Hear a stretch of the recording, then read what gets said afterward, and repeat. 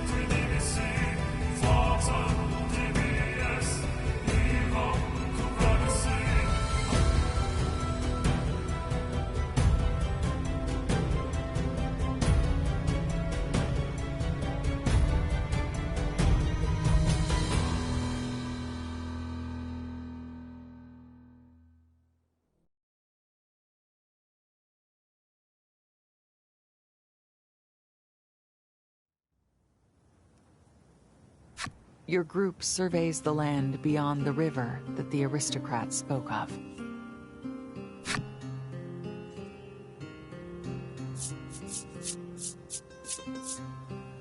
He claimed that none who go there ever return, yet you've little choice but to brave what lies beyond.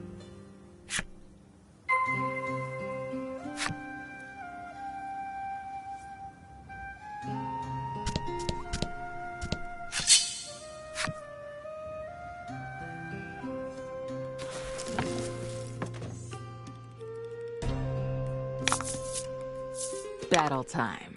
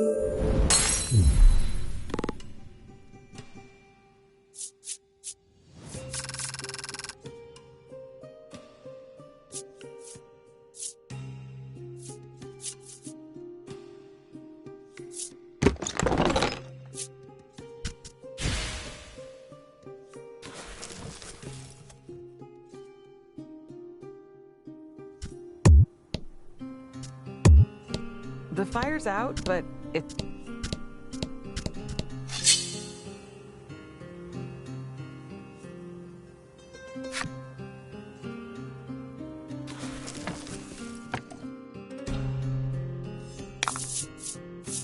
Battle time.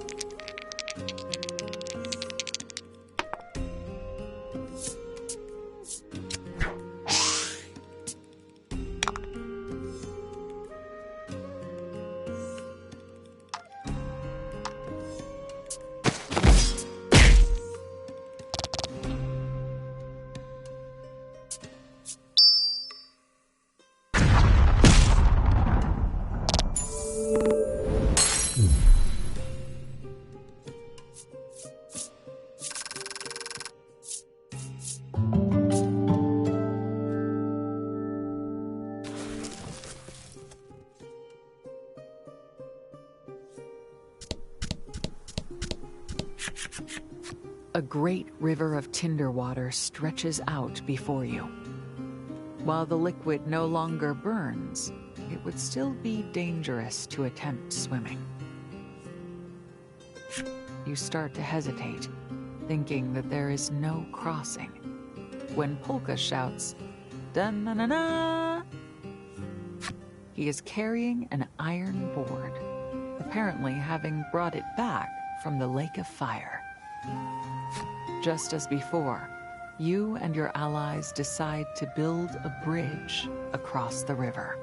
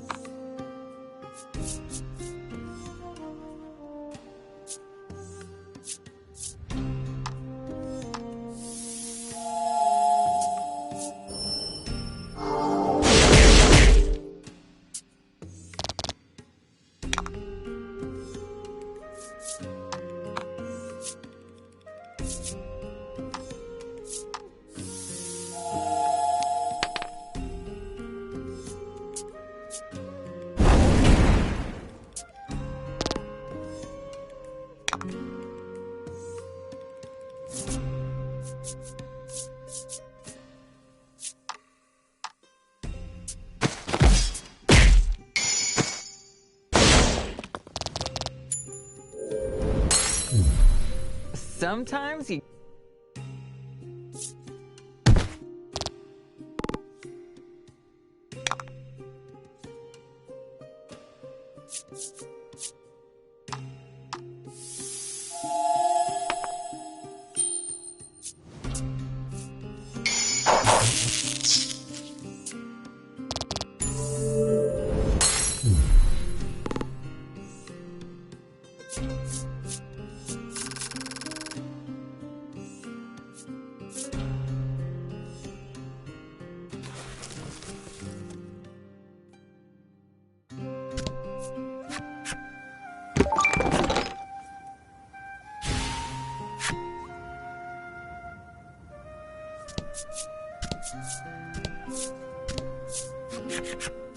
Your group crosses the river, and as you celebrate, you take notice of the tough, rock-studded expanse of land stretching before you.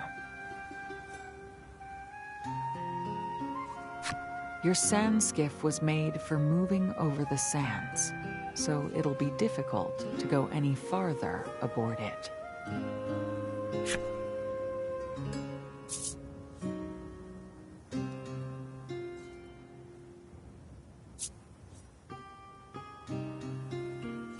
Trawlus bursts into tears.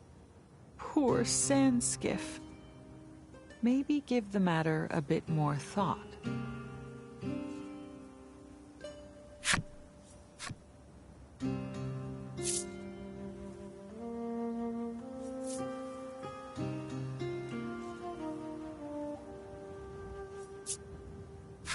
You propose remodeling the sand skiff, and Polka is first to agree. Legol's face is uneasy as he mutters, "Don't do anything weird to it." Polka explains that 3 materials will be needed to convert the sand skiff. After some quick preparations, you decide to split up to locate what you need.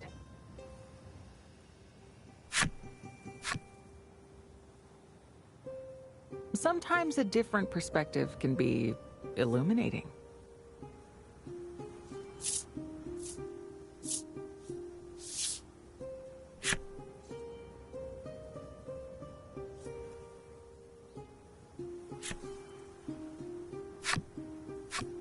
Polka asks Legol to find something that could be used as wheels. Legol is skeptical that something like that will just be lying around, but he sets off to look nonetheless.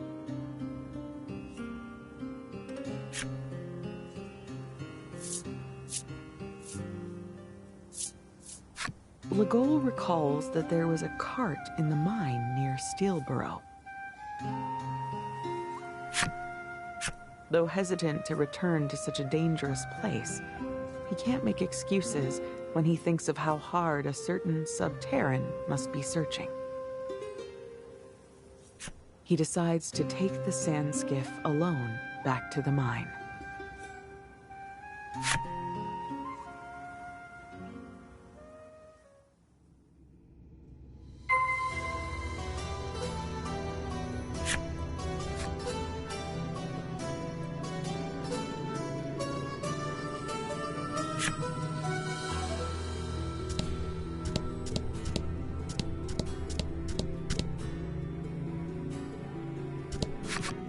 There is indeed a cart in the mine, as Legol recalled, and as Legol attempts to remove the wheels from the minecart. But suddenly, a monster emerges from behind it.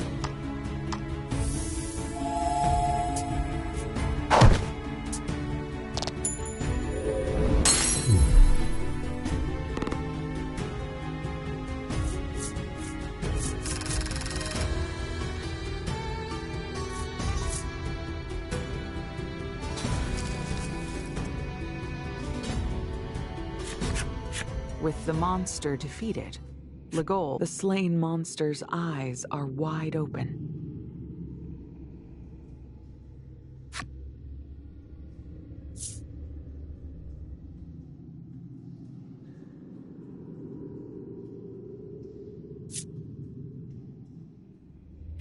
Legol gently closes the monster's eyes.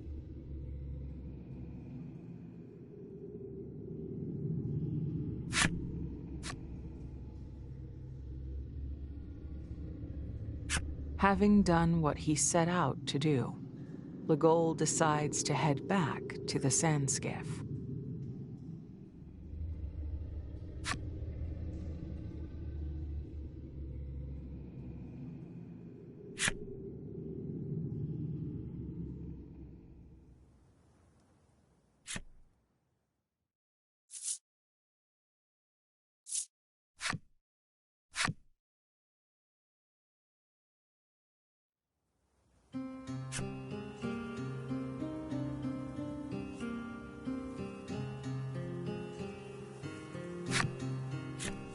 Polka asks you to locate a long, sturdy pole. Trawlis dashes off to the south, so you decide to head north so that you all can cover more ground.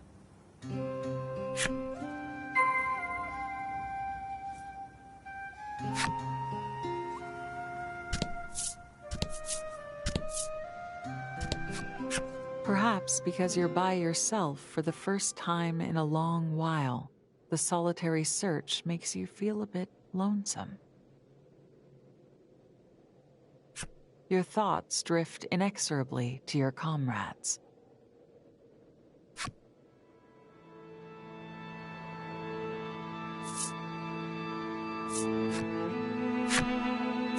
Your thoughts turn to Legol.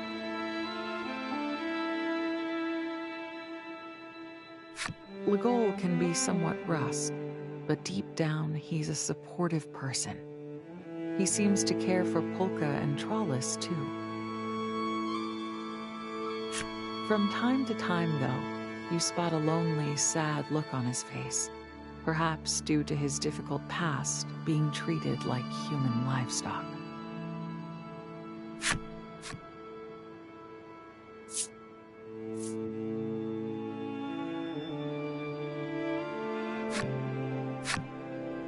Your thoughts turn to Polka.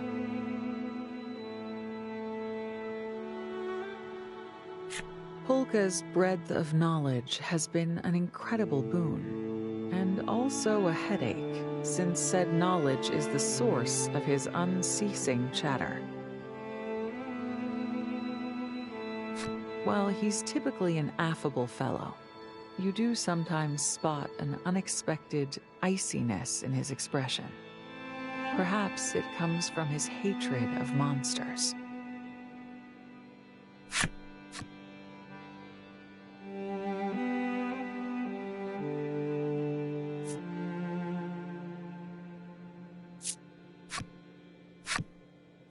Your thoughts turn to Trollis. Her awkward way of speaking somehow only accentuates her sweetness. On top of that, she cares deeply about her companions and has tenacity to spare.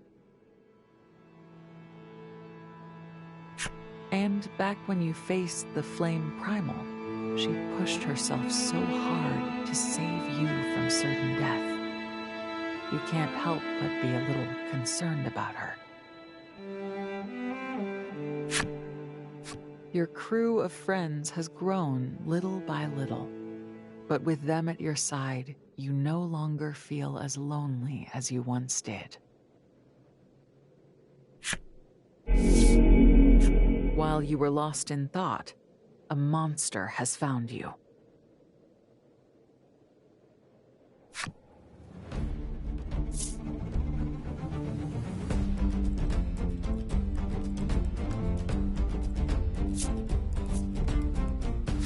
You decide to summon up all your courage and fight. The monster brandishes a weapon whose handle is a long, sturdy-looking pole, the exact kind Polka needs.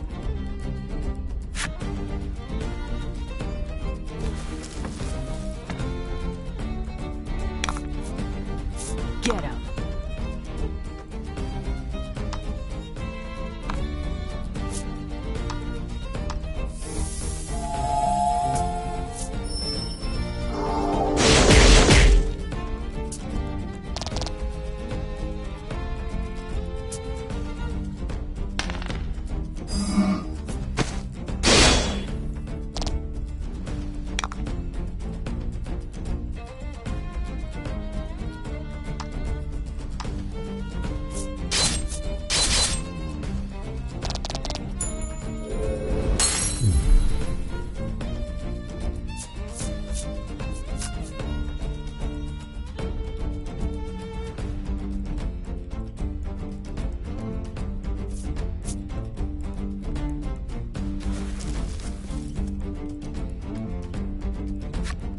Your battle with the monster has landed you a long, sturdy pole that Polka should be happy with. Having done what you set out to do, you decide to head back to the sand skiff.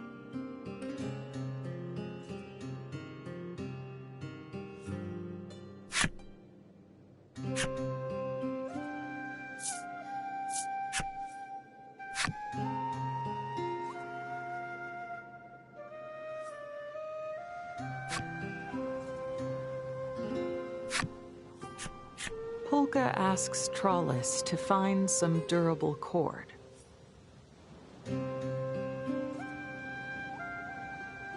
Despite feeling a little sluggish, Trollis takes off to the south, eager to help the group.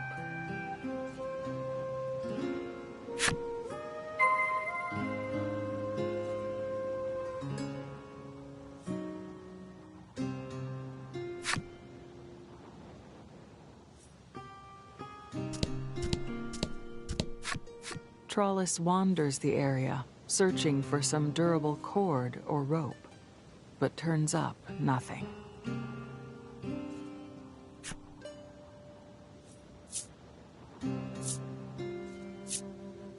Trollis rummages through her possessions, looking for some durable cord.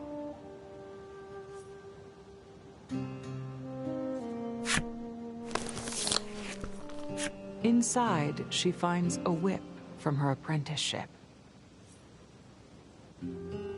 She must have brought it along by mistake. It once belonged to the ringmaster of the circus. Looking over the whip brings back memories.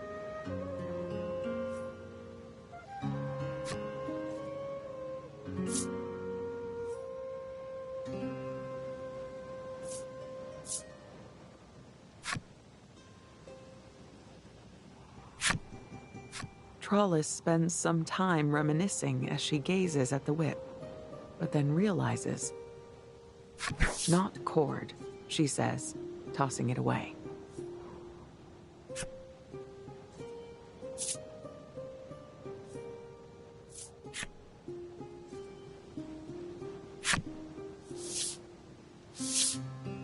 Realizing that a whip could work in place of a cord, Trollis decides to return to the sand skiff.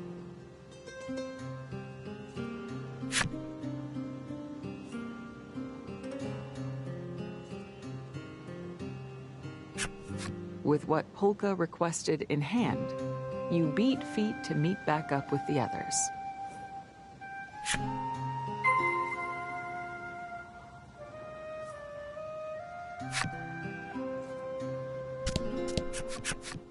The group meets back up, having gathered all three of them. You've brought the sturdy pole. Legol has the wheels, and Trollis has the whip. "Are you sure I can use your whip?" Polka asks, and Trollis gives a little nod. Trollis turns her bag upside down, and, as advertised, a number of whips tumble to the ground. "Doesn't your ringmaster need these?" Legol gets a distant look on his face. A bit of pep in his step, Polka starts zipping around the sand skiff, making modifications.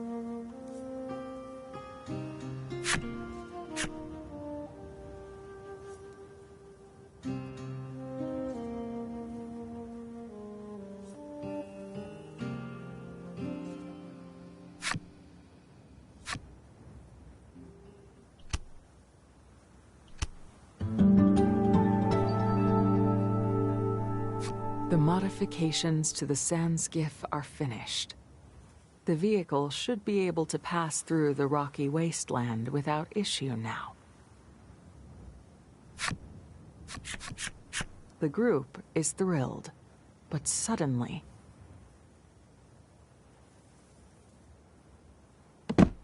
Trollis collapses. Polka hurries over to examine her. Somehow, she's suffering the effects of tinderwater poison.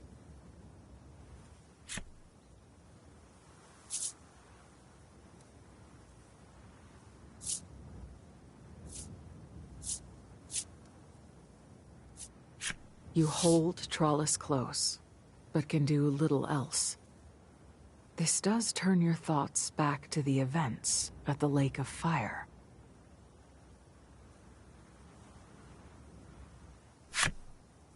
The battle with the flame primal flashes through your mind.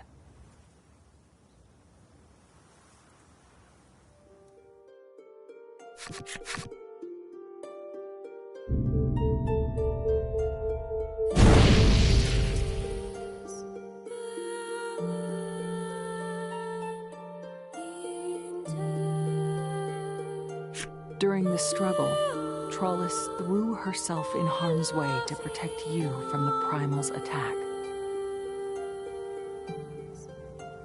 The poison must have entered her body through the wound she sustained in the process. Despite downing some of Polka's medicine, Trollis remains languid. It seems that she needs a sanitary place to rest, Polka says, and the group decides to try to find one.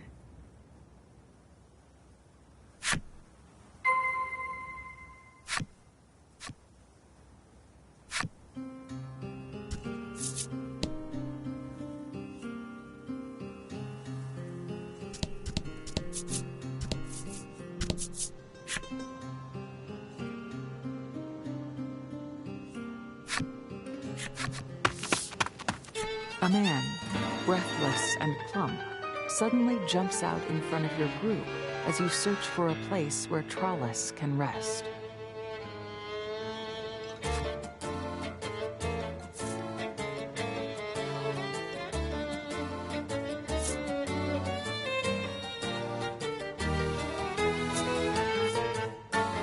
Recognition dawns in you, and you're sure this is the ringmaster of the circus.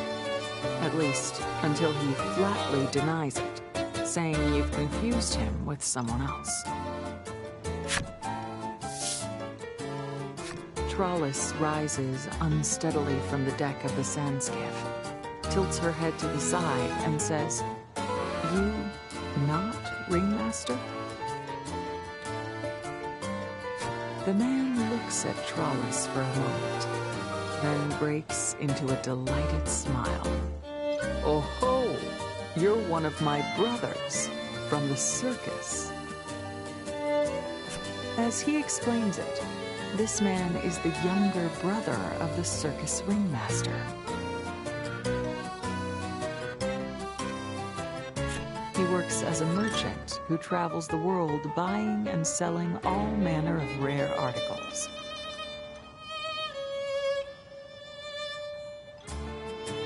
And to that end, he wastes not a moment in trying to strike up some business. Perhaps a gander at my wares, then.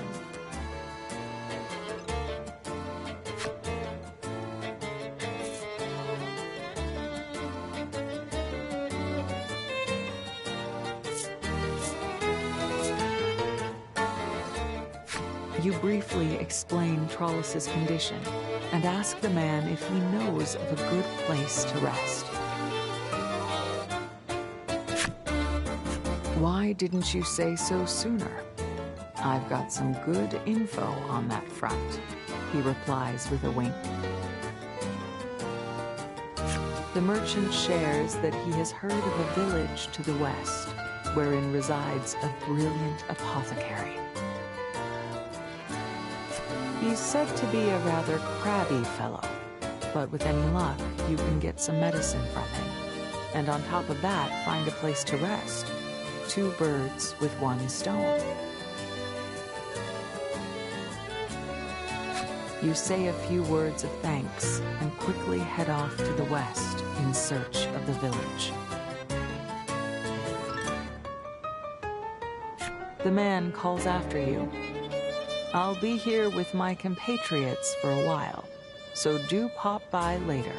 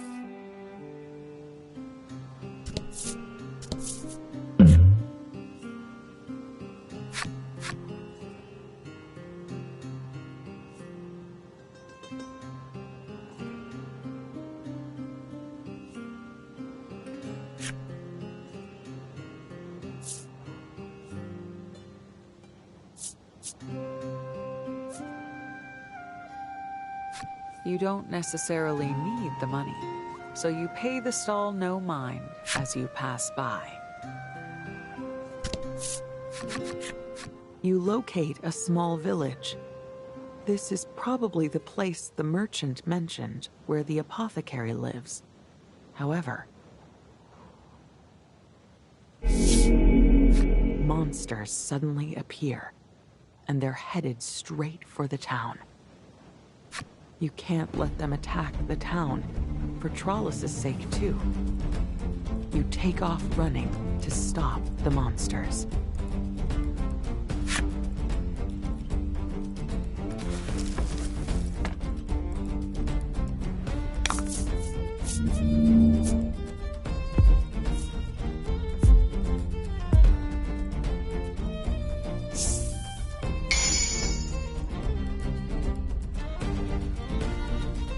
Battle time.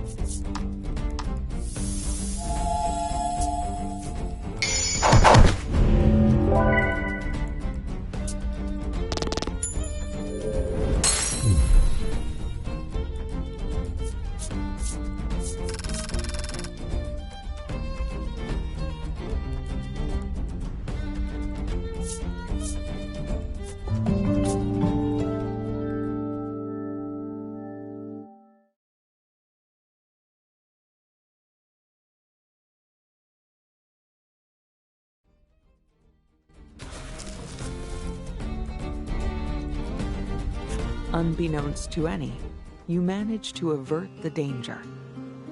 Now Trollis needs help. Hurry into the village.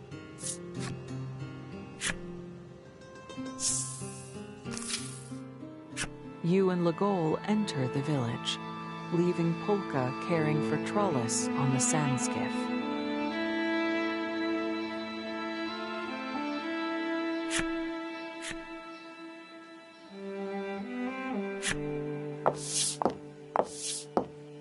No sooner do you enter the village than a man's voice calls out to you. This here's the Village of Light. Make yourself at home and rest your wearied spirits. The villager wears a curious headpiece, but seems polite and courteous. You get directly to the point and ask him if he knows about the apothecary.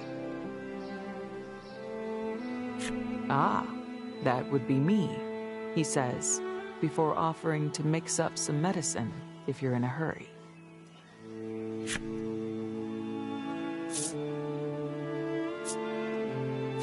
Afraid of the answer, you ask what it will cost.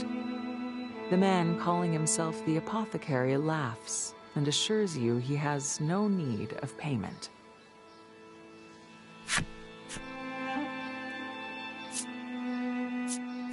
You explain Trollus's symptoms, and the man calling himself an apothecary smiles and says he can help right away. The apothecary hardly seems crabby at all, so you check again with him that he really is the one you're looking for. He answers that coming to this village changed him, made him realize that people need to live by helping each other. The apothecary suggests you take a wander about town while he mixes up the medicine. He adds, the folks about town are kind souls one and all, so feel free to ask them if you need anything. Legol says that he'll get Trollus and returns to the sand skiff. You decide to walk around the village and find what you'll need to care for your friend.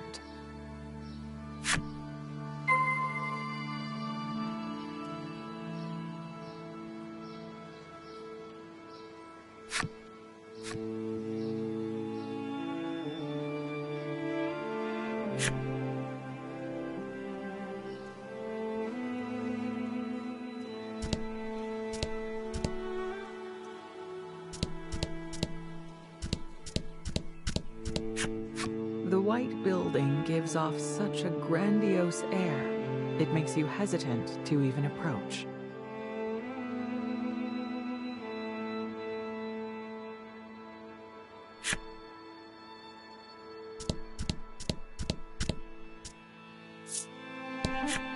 The old man says, no person is an island. That's why we need to join hands and help one another.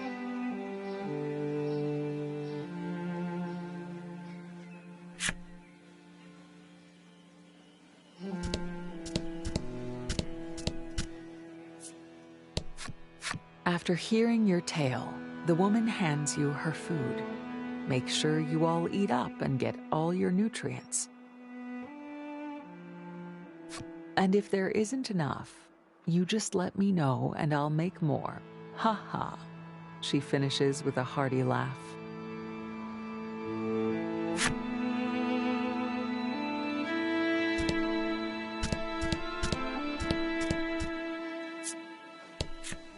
The boy looks at you and says, "This would look nice on you, miss," and hands you a crown made of gorgeous artificial flowers. You try to pay for it, but the boy counters with a smile. "I gave it to you because I wanted to." That was nice.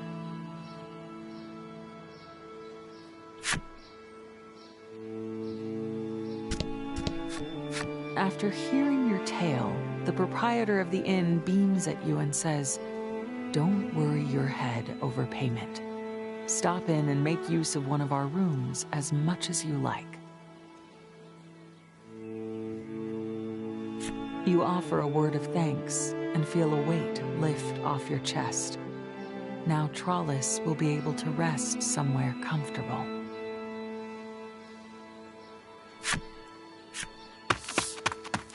The apothecary comes running your way. The medicine is finished. You take it from him and then try to head back to Trollus, but there seems to be quite some commotion at the entrance of town.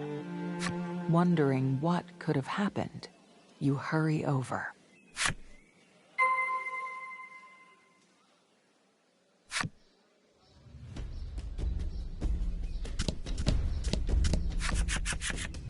A crowd of villagers has thronged the entrance to town. On the opposite side are Legol, Trollus, and Polka.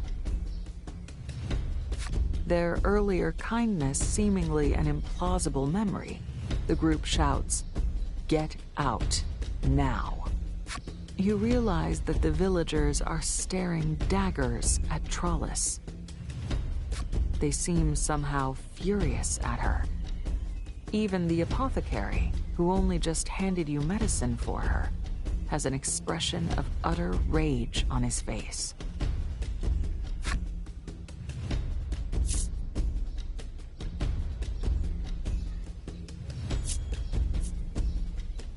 You attempt to intervene and put a stop to the trouble, but the villagers continue to bellow their anger.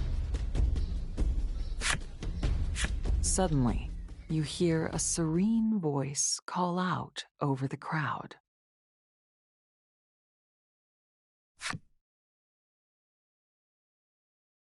At the sound of it, the people fall incredibly quiet.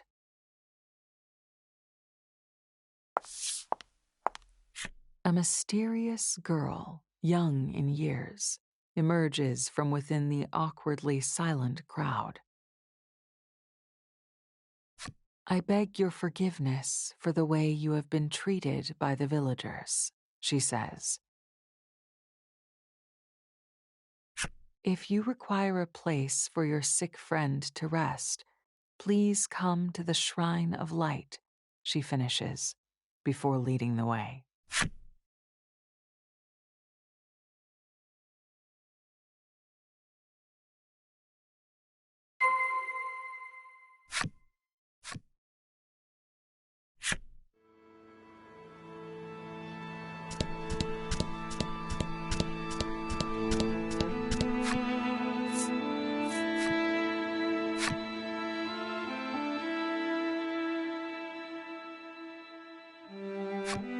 As soon as you arrive at the shrine in which the girl lives, you put Trollis in a bed to rest.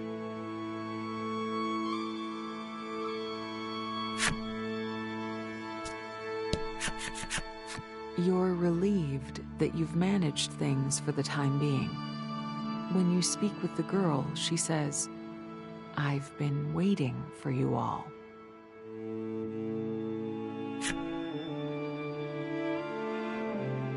You haven't told the girl anything, so how is it she knows that?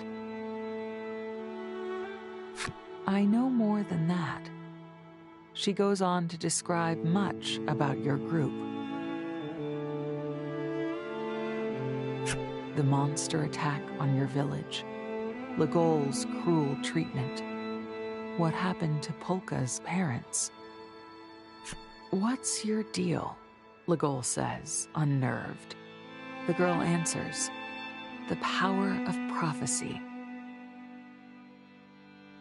She explains that due to her power, the people revere her as a religious guru. You've never heard that word before, and so you ask, "Guru?" You ask if a guru is some kind of great person, and Legol nods. That's right, a mover and a shaker.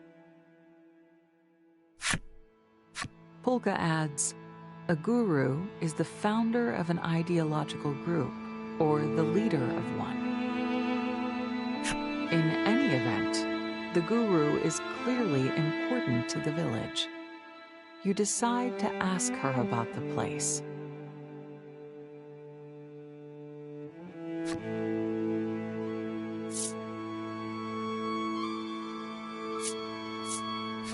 You ask why the once kind villagers became so angry. The guru explains in a measured voice. This remote village has, she explains, been the victim of many monster attacks over the years, which in turn means that many of its inhabitants despise all monsters. That hatred eventually took root in the village as a kind of religious doctrine, thus their behavior when they saw Trollis.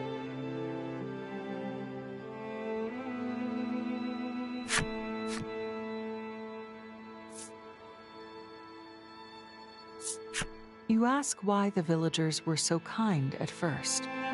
The guru explains in a measured voice. The village, she explains, adheres to a doctrine called the Light Faith. She goes on to explain that the foundational principle of the Light Faith is to be kind to people. Thus, the villagers treated you with great kindness. And so there have been two absolute doctrines in this village: be kind to people and kill monsters. She gazes at the room where Trollus is sleeping and asks, "Your friend is a monster, yes?"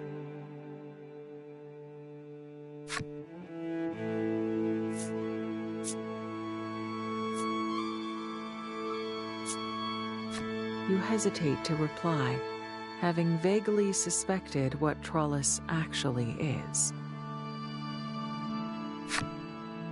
The guru amends her words.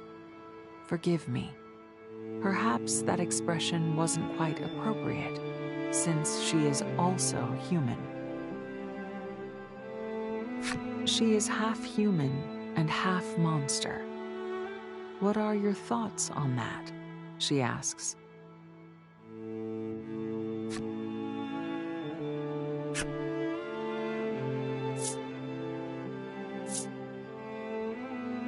It's true that monster blood may flow in Trollus's veins.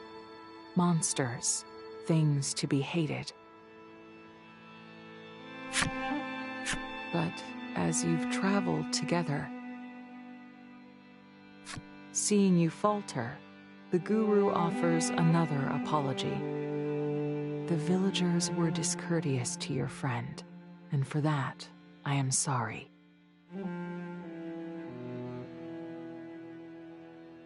Many of them lost family to monster attacks and are seized with hatred. I ask you to forgive them, she continues, her voice tinged with hurt.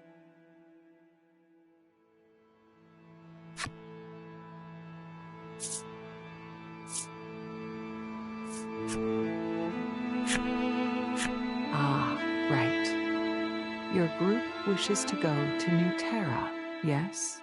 She says, breaking the silence. Stunning that your powers could even tell you that, says Polka in a low voice, and the guru nods serenely. She explains that there is a stone tablet in the ruins of a religious edifice to the northeast of town. Said tablet has the way to New Terra recorded on it. However, you should know, monsters have nested in the ruins, she adds. There's information on New Terra to be had, though, so you decide to go anyway, despite the danger.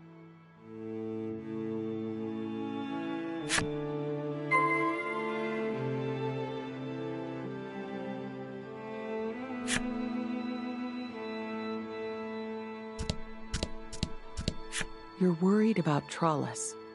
You should check on her before heading out to the ruins.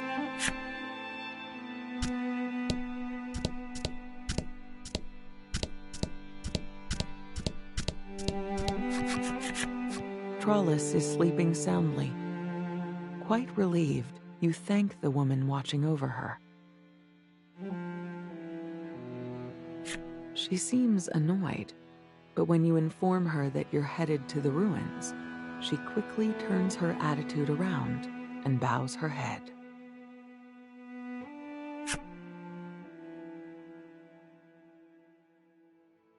The ruins were evidently a sacred site for this village, one where marriages, funerals, prayers for bountiful harvests, and other important rites were carried out. And the tablet was used in those ceremonies.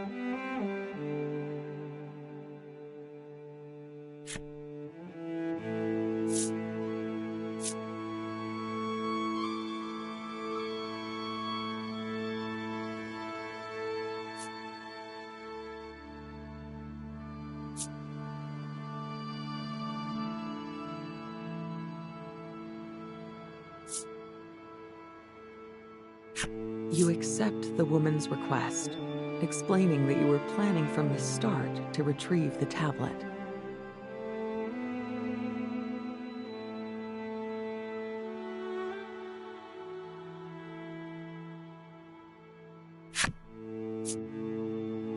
You've no sooner gotten your response out than Trollus's eyes fly open, and she bursts out, "I come too."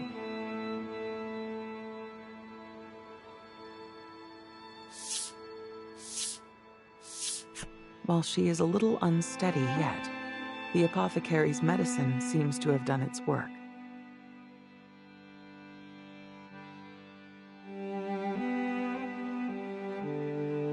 You try to convince her to rest a little longer, but she insists on going to the ruins with you. At length, her persistence wins out, and you begrudgingly agree to take her along and head for the ruins.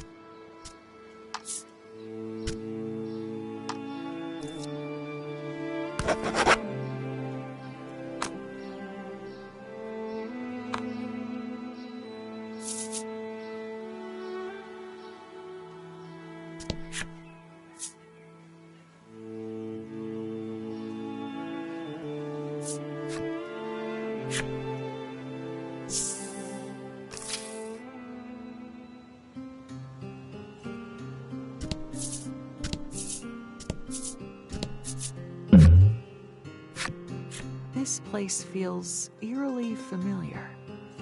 You open your pack and fish out a scrap of paper. You knew it. This is where the map says there's hidden treasure.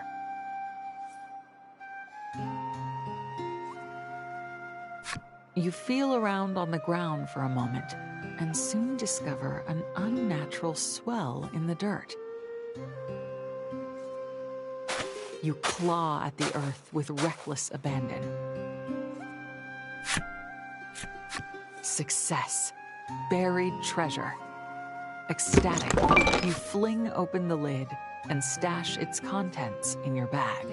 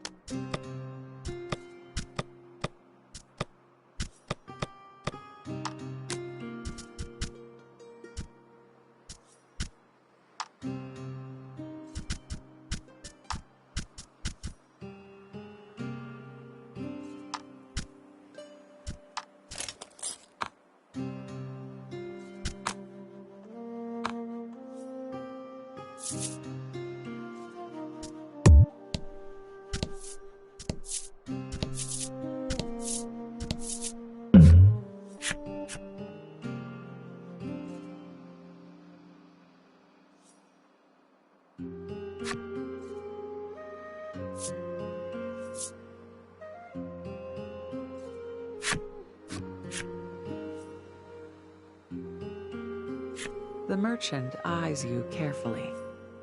You're in a tough spot, he surmises, and slaps discount labels on all his wares.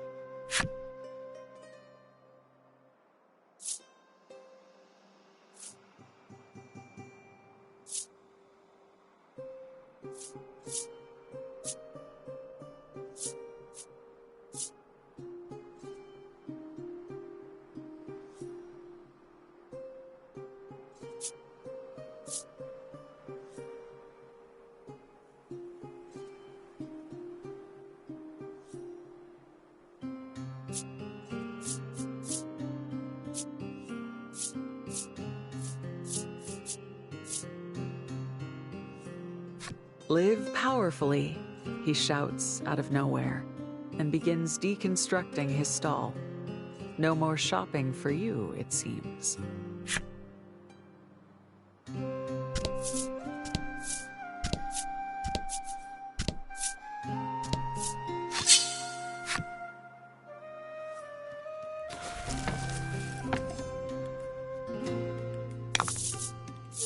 To battle.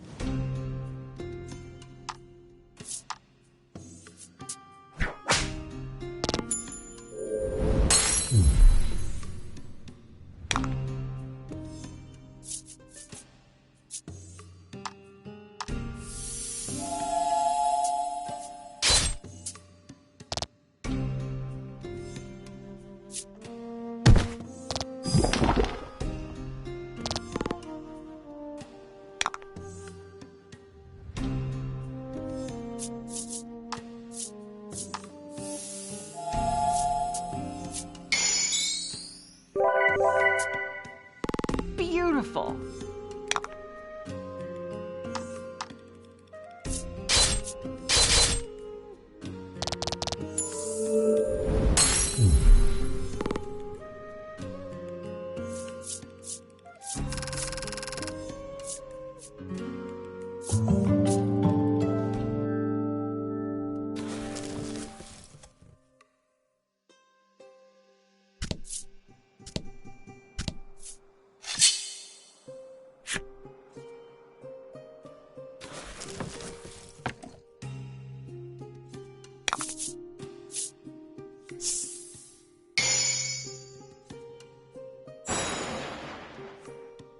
To battle.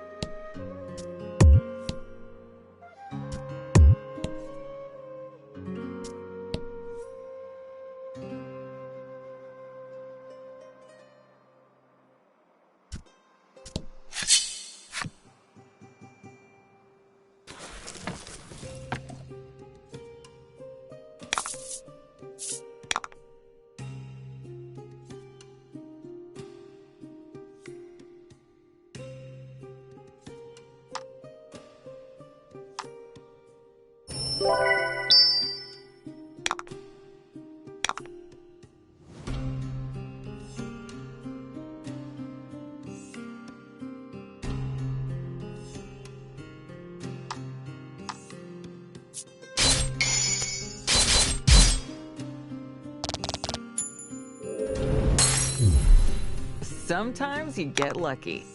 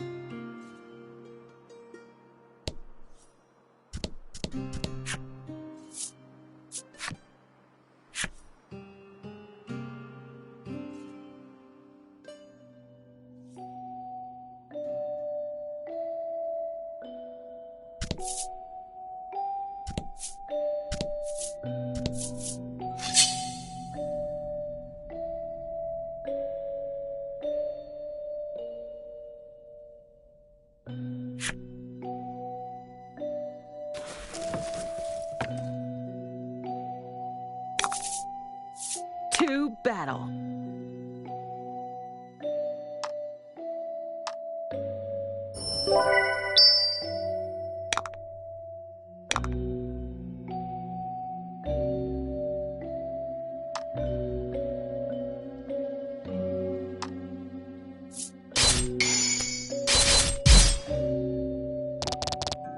Oh!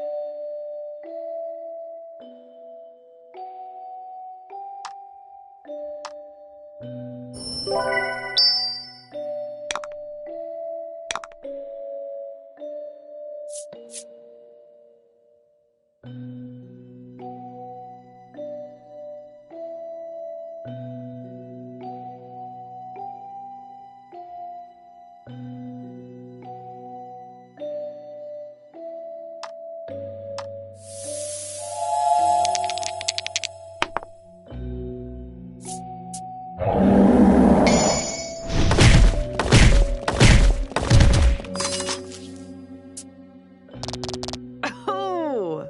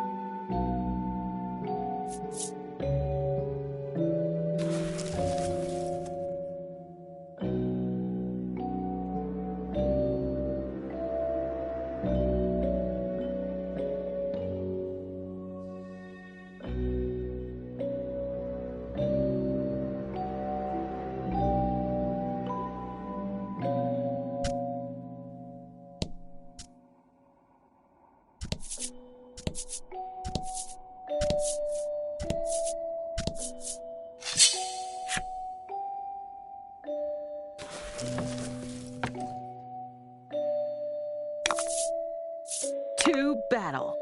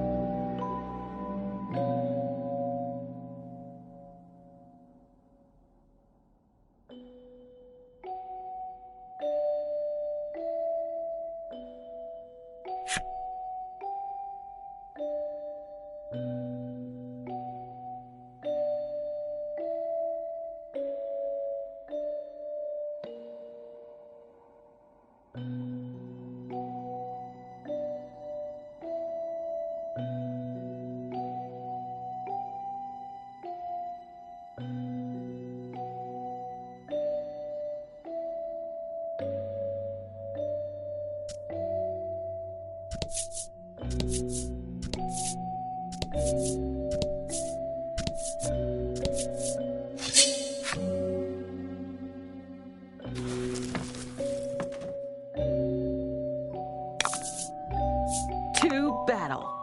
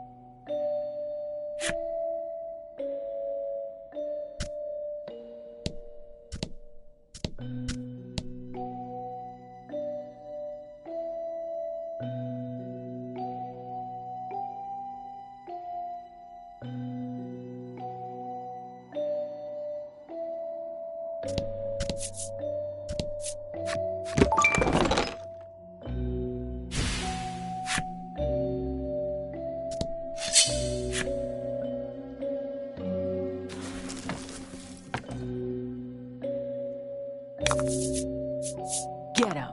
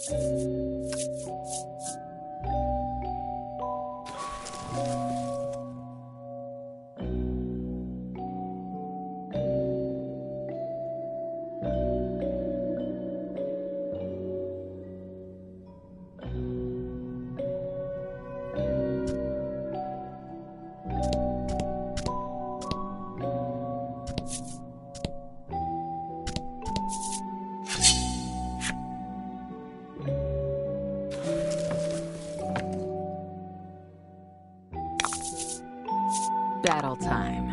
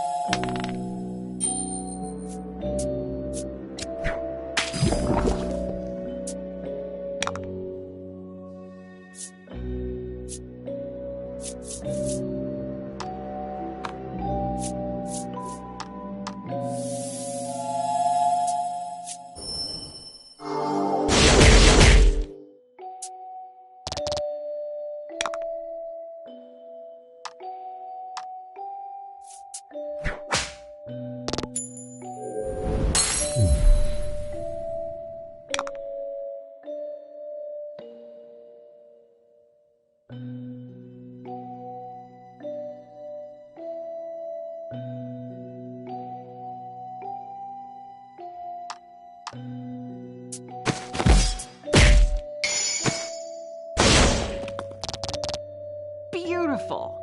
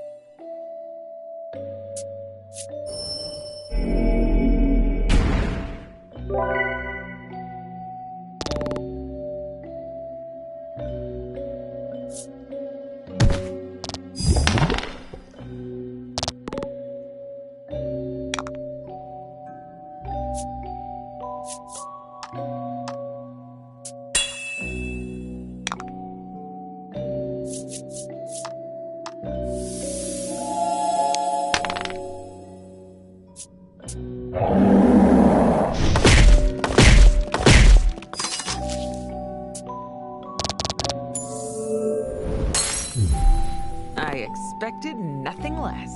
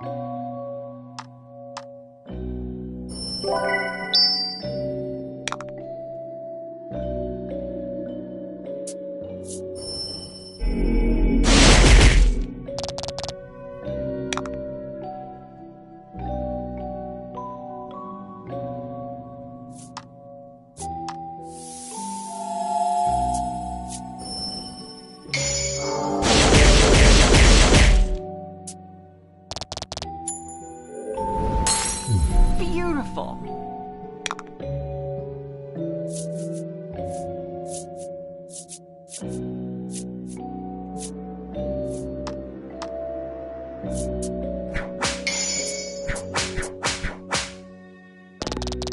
Oh!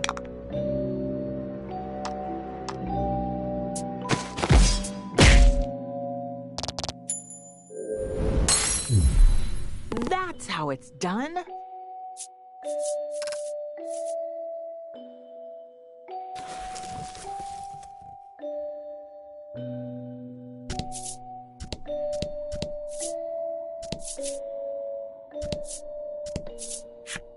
A great statue stands before you, large enough that you have to crane your neck to look up at it. You wonder how much historical value such a thing might have.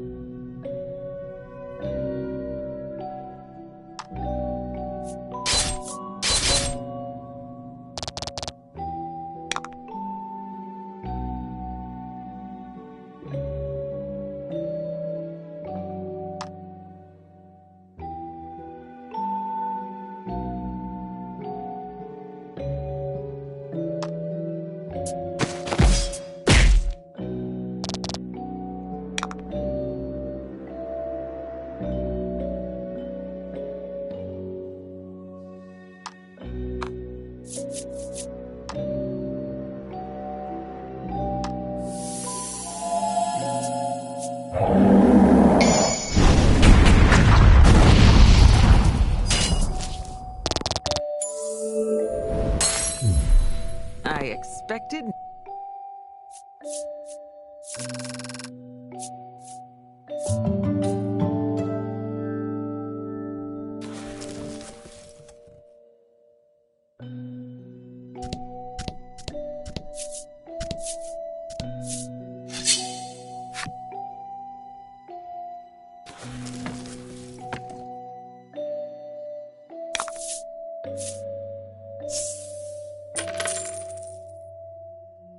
To battle.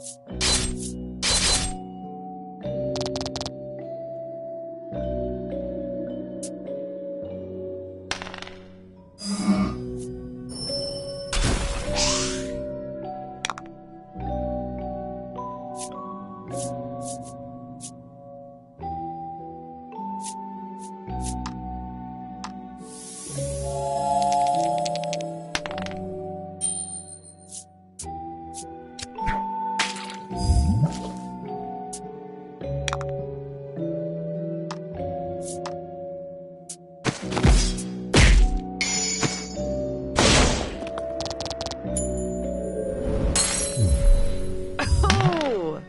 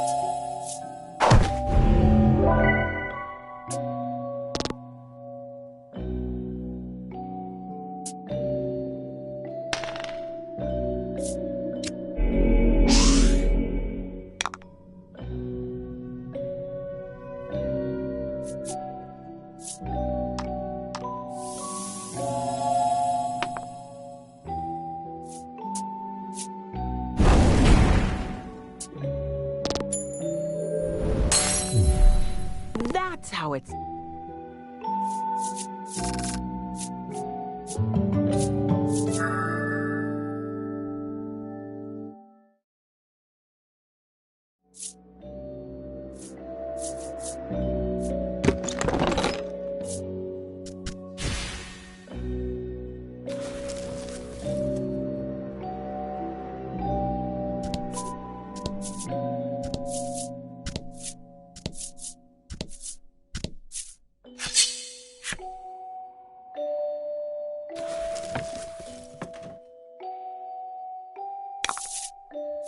Get him.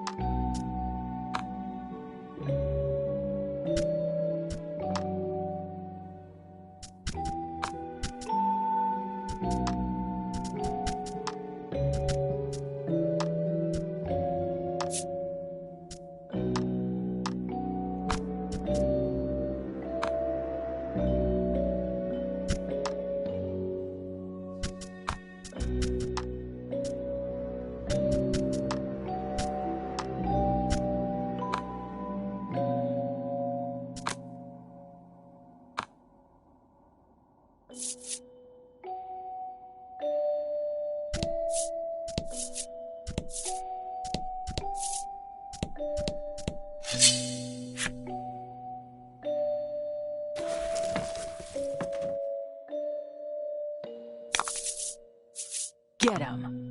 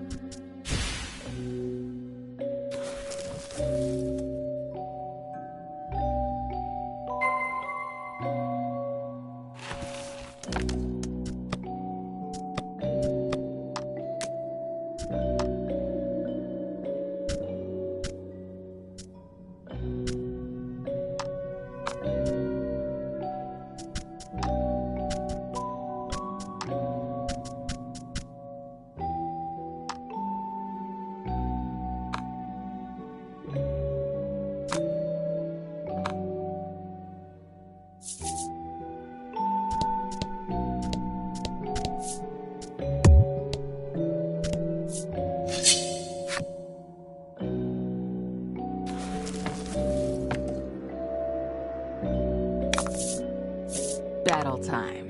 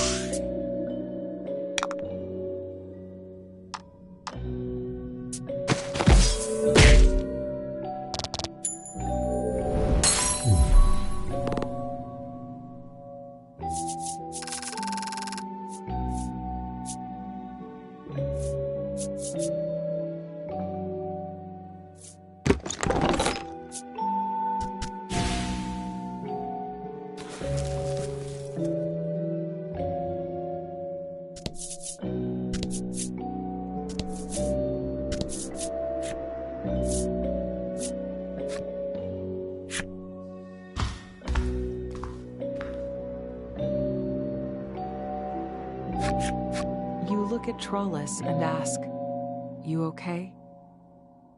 She gives a vivacious bounce, assuring you that she's as fine as she looks and that you don't have to worry.